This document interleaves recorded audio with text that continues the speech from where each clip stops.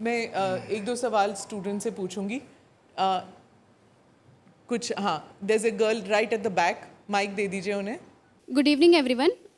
मेरा नाम अंजलि कुमारी है। मेरा सवाल आपसे ये है कि आपको क्या लगता है बिहार के पॉलिटिक्स में सही मायने में नए चेहरों को मौका मिल रहा है, और आपकी पार्टी में नए चेहरों के लिए क्या स्कोप है, और आपके लिए क्या अहमियत है नए चेहरों की?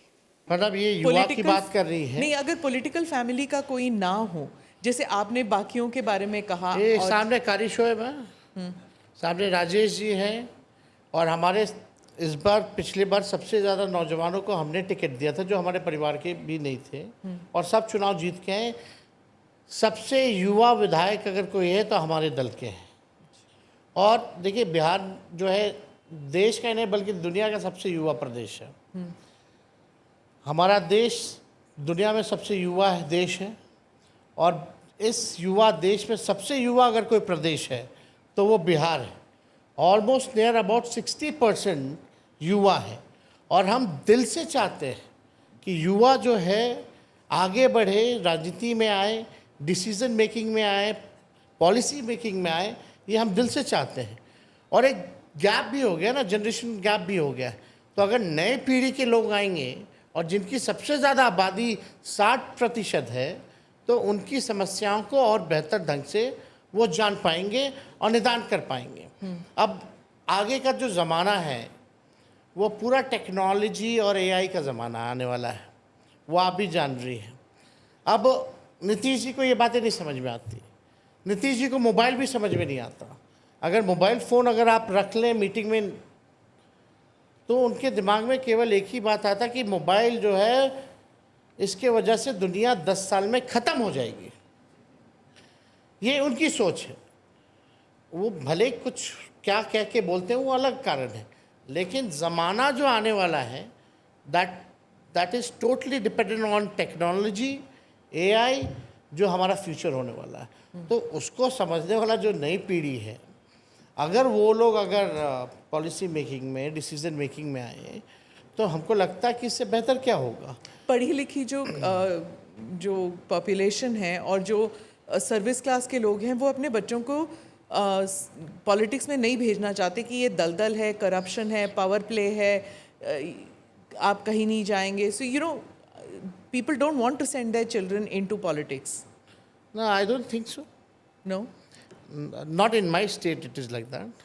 अच्छा, एक और बात आपसे मैं पूछना चाहूँगी। प्रशांत किशोर ने कुछ पर्सनल अटैक्स आप पर किए थे कि आप you are not past 10th standard, ऐसे करके जब वो कहते हैं तो does it hurt you? No, it doesn't hurt me. Degree लेकर के ही आप जो है सब क्वालिटी आ जाए, ऐसा नहीं है। प्रैक्टिकल लाइफ में भी आपने बहुत चीज़ें देखी हैं, उसका भी एक्सपीरियंस, तजुर्बा जो है वो काम आता है। And I was a sports person. हम तो क्रिकेटर थे, तो इसकी बात वो नहीं करेंगे। लेकिन डिग्री की अगर बात आती तो प्रधानमंत्री 11 साल से प्रधानमंत्री हैं, उनका क्या डिग्री है आज तक देश के लोगों को मालूम ही नहीं है। पर उन्होंने कभी आपके बारे में ऐसे नहीं कहा। लेकिन हमारे ऊपर आ रहा है तो हम तो उदाहरण देंगे ना, जो सर्वोच्च पद पे बैठा हो। ठीक है। आप मानते हैं तेजस्वी जी की जाति जो है बिहार में एक बड़ा फैक्टर है? अगर एक सवाल तो ये है, दूसरा कि आप जिस जाति ये से जाति तो सच्चाई है ही ना, तो फैक्टर तो हो गई।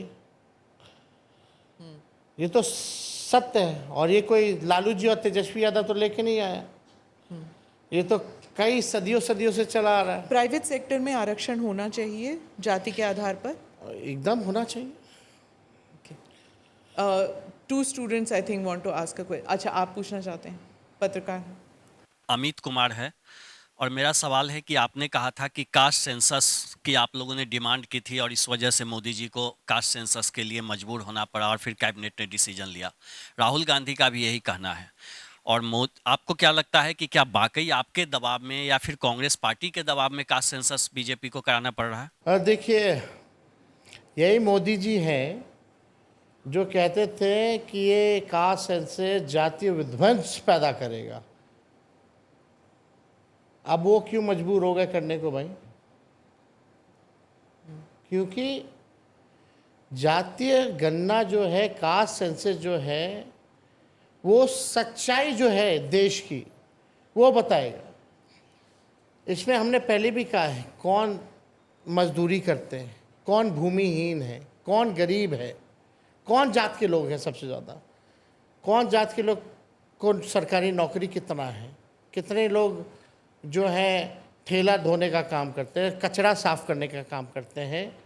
ये सारा पिक्चर जो है सामने आएगा और अकॉर्डिंग टू दैट वो डेटा लेकर के आप जो साइंटिफिक डेटा जो आएगा, आप बजट आप उस हिसाब से बना सकते हैं। किसको कितनी ज़रूरत है उस हिसाब से आप जो है अपना आप बजट बना सकते हैं।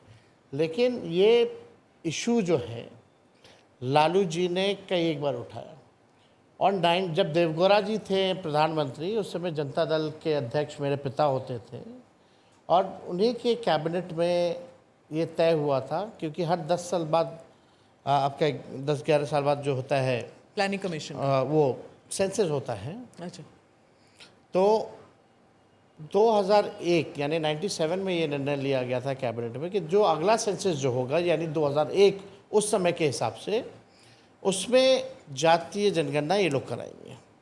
2001 में प्रधानमंत्री बने अटल जी और भाजपा की सरकार ने इसको मना कर दिया, निर्णय को बदल दिया।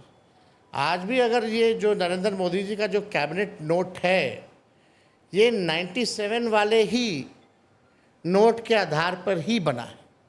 अगर आप देखें तो जो प्रीवियस गवर्नमेंट ने जो लिया था उसके आधार पे बना है। तो उस समय तो राष्ट्रीय अध्यक्ष जनता दल के लालू जी थे, ये हम लोगों का दल का निर्णय था। और एक बार नहीं, यूपीए की भी सरकार रही तो उस समय भी नेताजी शरद जी, लालू जी ने आवाज़ को उठाया, सड़कों पर भी हम लोग आए।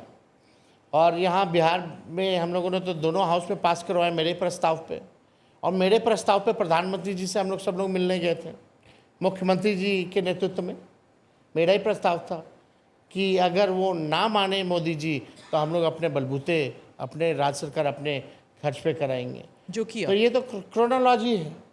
और उस समय भी जब हम प्रधानमंत्री जी से मिलने गए थे तो हमने जितने भी नेता थे देश भर के बड़े नेता, उन सबको चिट्ठी हमने लिखा था। वो सारा आप देख लीजिएगा, सारा सब कुछ है। अच्छी बात है कि राहुल गांधी जी भी इस मुद्दे को बखूबी मजबूती के साथ जो है उठा रहे हैं। तेजस्वी जी, लेकिन सवाल उठ रहा है कि जो मुद्दे आप उठा रहे हैं वो भी राहुल गांधी बिहार में आके मुद्दे उठा रहे हैं। जैसे कि आपने कहा कि 2500 रुपये देंगे। राहुल जी कुछ कहेंगे, हम कुछ कहेंगे तो ठीक लगेगा।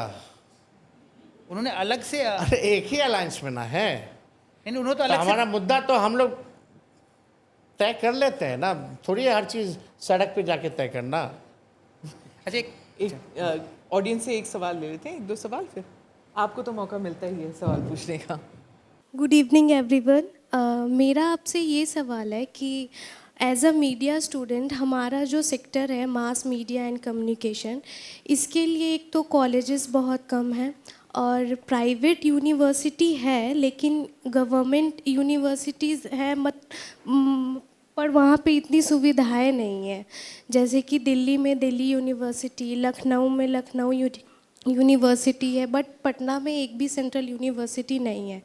तो इसके लिए आपका क्या रोड मैप होगा? देखिए पहली बात तो मीडिया में नौकरियां नहीं है, तो इतने कोर्सेज करो ही मत आप।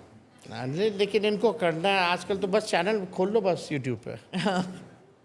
लेकिन उसके लिए कोर्स भी नहीं करते। लेकिन जायज़ बात है, व्हाट प्रोफेशन जिनको इसमें आना है, अगर वैसी सुविधाएं अगर हमारे राज्य में नहीं है तो क्या होना चाहिए। आप जानते हैं कोटा है, पढ़ने वाला भी बिहारी, पढ़ाने वाला भी बिहारी, खाना बनाने वाला भी बिहारी और गार्ड भी बिहारी, इंफ्रास्ट्रक्चर बस है वहाँ। यहाँ उस हिसाब का एजुकेशनल हब जो है बनाया जा सकता, लेकिन है नहीं। हमने पूछा भी, यही सवाल पूछा, उन्होंने कहा कि अब कोटा से सब यहाँ पे आते हैं पढ़ने के लिए और पढ़ाने के लिए। आप पता नहीं, अब तो कोटा जाके देख लीजिए खाली हुआ है कि नहीं। कोविड के टाइम में तो हम देख रहे थे कि भाजपा के नेता ही जा करके अपने बच्चों को ला रहे थे। झूठ बोलना इनकी कला है और उसमें माहिर है। वो कौन बोले, विजय सिन्हा? नाम नहीं लूँगी, अब जब पॉडकास्ट चलेगा अब तक देख लीजिएगा। तो सारे आके वही कह रहे थे कि वहाँ पे अब कोटा खाली हो रहा है, कोटा के सारे बच्चे यहाँ आ रहे हैं। जो बच्ची सवाल पूछी है उसी से जवाब ले लीजिए। देखिए, पीड़ा होती है। बिहार से लोग पलायन किन कारणों से करते हैं? पढ़ाई के लिए करते हैं, हेल्थ के लिए करते हैं, चिकित्सा के लिए करते हैं, और रोज़गार नौकरी के लिए करते हैं। अगर हम एजुकेशनली अगर अपने बिहार को इस हिसाब का बना लें, हेल्थ वाइज ऐसी फैसिलिटीज़, सुपर स्पेशलिटीज़ हॉस्पिटल अगर हम लोग दे दें तो ये पलायन जो है वो रुक जाएगा, और रोज़गार नौकरी की भी व्यवस्था होगी, और बिहार का जो रेवेन्यू है बिहार में ही खर्च होगा, तो बिहार में घूमता रहेगा पैसा भी, उससे भी फ़ायदा है। तो हमको लगता है कि जैसे आगे हम लोग इस पे चर्चा कर रहे हैं अभी, क्योंकि अभी कमेटी बनी है पॉलिसी में, कि अगर हम कोचिंग इंस्टीट्यूशंस को अगर हम लोग इंडस्ट्री का अगर दर्जा देते हैं तो कितना सक्सेसफुल रहेगा। तो इस पे वी आर डिस्कसिंग, और जो भी होगा आगे एजेंडा हम लोगों का मैनिफेस्टो, उसमें वी विल इंक्लूड इट। आप इंट्रोड्यूस कीजिए अपने आप को और सवाल पूछिए जल्दी से। गुड इवनिंग एवरीवन, मेरा नाम अनमोल गुप्ता है। तो मेरा आपसे यह प्रश्न है कि आप युवा नेता हो, आपका यूथ में क्रेज़ बहुत ज़्यादा है, बट एज अ यूथ हम आपकी बातों पर कैसे भरोसा करें? क्योंकि बातें तो सब करते हैं। आप 17 महीने देखे मेरे को? जी, 17 महीने का काम देखा आपने मेरा? अस्पताल में कोई मंत्री छापा मारता था क्या? कोई बीजेपी का मार रहा है? 5 लाख सरकारी नौकरी लगी, आईटी पॉलिसी हमने बनाया, स्पोर्ट्स पॉलिसी हमने बनाया, टूरिज़्म पॉलिसी हमने बनाया। 20 साल से सरकार को पता ही नहीं था कि ये पॉलिसीज़ भी ज़रूरी है। जो पढ़ा लिखा उसको भी नौकरी मिला, और स्पोर्ट्स पॉलिसी के तहत 73 ऐसे खिलाड़ियों को भी हमने डीएसपी और अधिकारियों के पद का प्रावधान किया है जिसमें उनको नौकरी मिले हैं, जो बिहार और देश के लिए गोल्ड मेडल लाने का काम किया। देखिए, फोकस एजुकेशन का रहा है, हेल्थ का हम लोगों का रहा है, नौकरी रोज़गार का रहा है। 50,000 करोड़ का इन्वेस्टर मीट करा के 50,000 करोड़ का बिहार हम लोगों ने एमओयू साइन करवाया। एसटीपी जो जल जमाव की स्थिति होती थी शहरों में, 18 ऐसे शहरों को हम लोगों ने एसटीपी जो है वो देने का काम किया। हम लोग देखिए, जो 17 महीने में काम किया वो इन लोगों ने अब तक नहीं किया, चाहे आरक्षण बढ़ाने की हो या जाति आधारित गणना हो, जो मानदेय बढ़ाने की बात हो, सारे काम को हम लोगों ने किया है। लेकिन लोग हमारे पास आते हैं, लोगों को उम्मीद है, विश्वास है, भरोसा है कि कभी लाठी पड़ती है तो तेजस्वी के पास लोग आते हैं। क्यों आते?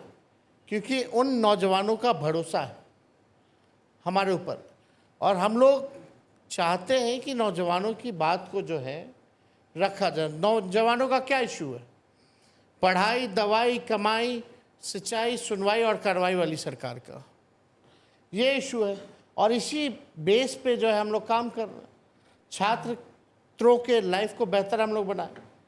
17 महीने में पेपर लीक नहीं हुआ, लेकिन मेरे हटने के बाद और उससे पहले पेपर लीक हमेशा होता था। तो ये तो सच्चाई है ना। तो आप अगर देखें तो थोड़ा अध्ययन करना पड़ेगा आपको, लेकिन और जो लोग हैं वो लोग क्या किए हैं इसका भी अध्ययन कर लीजिए। आप ज़रा सवाल पूछिए सम्राट चौधरी जी से, बीजेपी के, नीतीश जी का छोड़ो, बीजेपी के 2 डिप्टी चीफ मिनिस्टर हैं। एक काम बता दीजिए सम्राट चौधरी जी ने जो बिहार के लिए किया हो अब तक, जो दिखता हो, और विजय सिन्हा जी ने जो काम किया हो वो बता दो। काम नहीं, इन लोगों ने केवल कारनामे किए। दोनों में कंपटीशन होता है, कौन कितना गाली देगा लालू जी को और तेजस्वी को। एक कम दिया तो उसके बाद दूसरा जो है और गाली देता है बुला करके। और इनके प्रदेश अध्यक्ष ऐसे हैं जो खुद को ही अभी प्रेस कॉन्फ्रेंस में बोल रहा था कि मैं गाली का डिक्शनरी हूं। अब ये तीसरे आगे कंपटीशन में। लालू जी और तेजस्वी से इनकी दुश्मनी नहीं है, इनको आपस में अपनी लड़ाई है कि कौन मोदी जी का ज़्यादा टीटीएम करेगा। जो लालू जी तेजस्वी को सबसे ज़्यादा गाली देगा उसको मोदी जी प्रमोशन देंगे। इसी कंपटीशन में लोग लगा रहता है। अब बिहार का एक काम हम तो पूछ रहे, कोई एक काम बता दीजिए जो इन दोनों ने किया हो, दोनों डिप्टी चीफ मिनिस्टर ने। कोई काम नहीं, दिन भर बकैती करना, एक पगड़ी कभी बांध लेंगे कभी उतार देंगे, कुछ कर लेंगे, कोई मतलब ही नहीं है उसका। इतने साल के बाद भी उनके पास कोई मुख्यमंत्री का चेहरा नहीं है बीजेपी के पास, ऐसे क्यों? आपके हिसाब से ऐसे क्यों हुआ है? कोई लायक ही नहीं ना।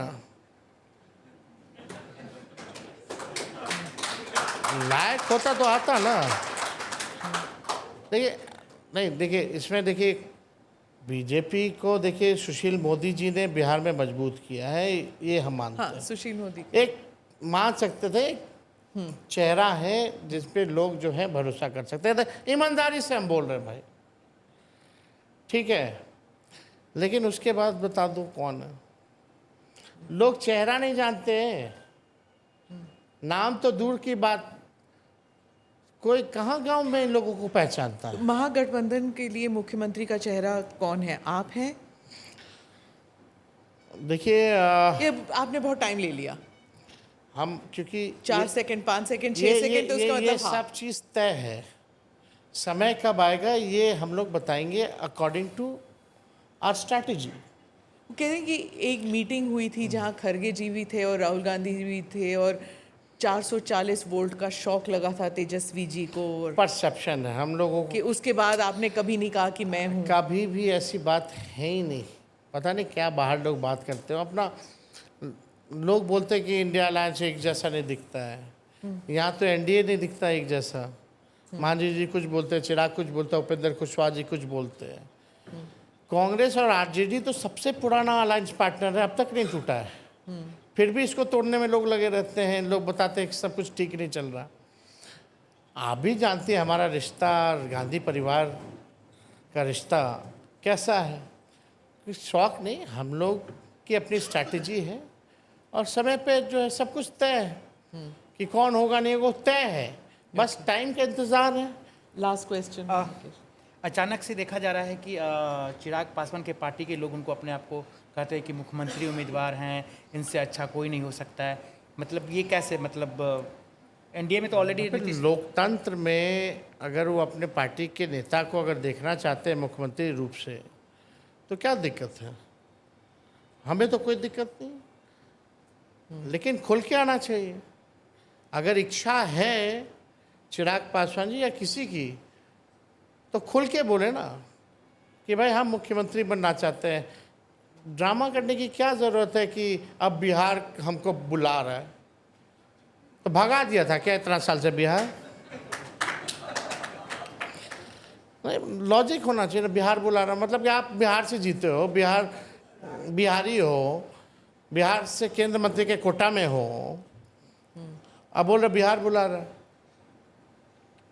अब कहिए आपकी इच्छा है कि हमको मुख्यमंत्री बनना है, बोलना चाहिए, खुल करके बोलना चाहिए। हम तो जहाँ जाते हैं हम बोलते हैं कि भाई हमको सरकार ही नहीं बनाना बल्कि हमको बिहार बनाना है, उसके लिए एक मौका दे दो। On that note, thank you very much. आप पॉडकास्ट में आए, आपको शुभकामनाएं, ढेर सारी शुभकामनाएं and best wishes to the baby too. बहुत बहुत शुक्रिया for your blessings and your best wishes.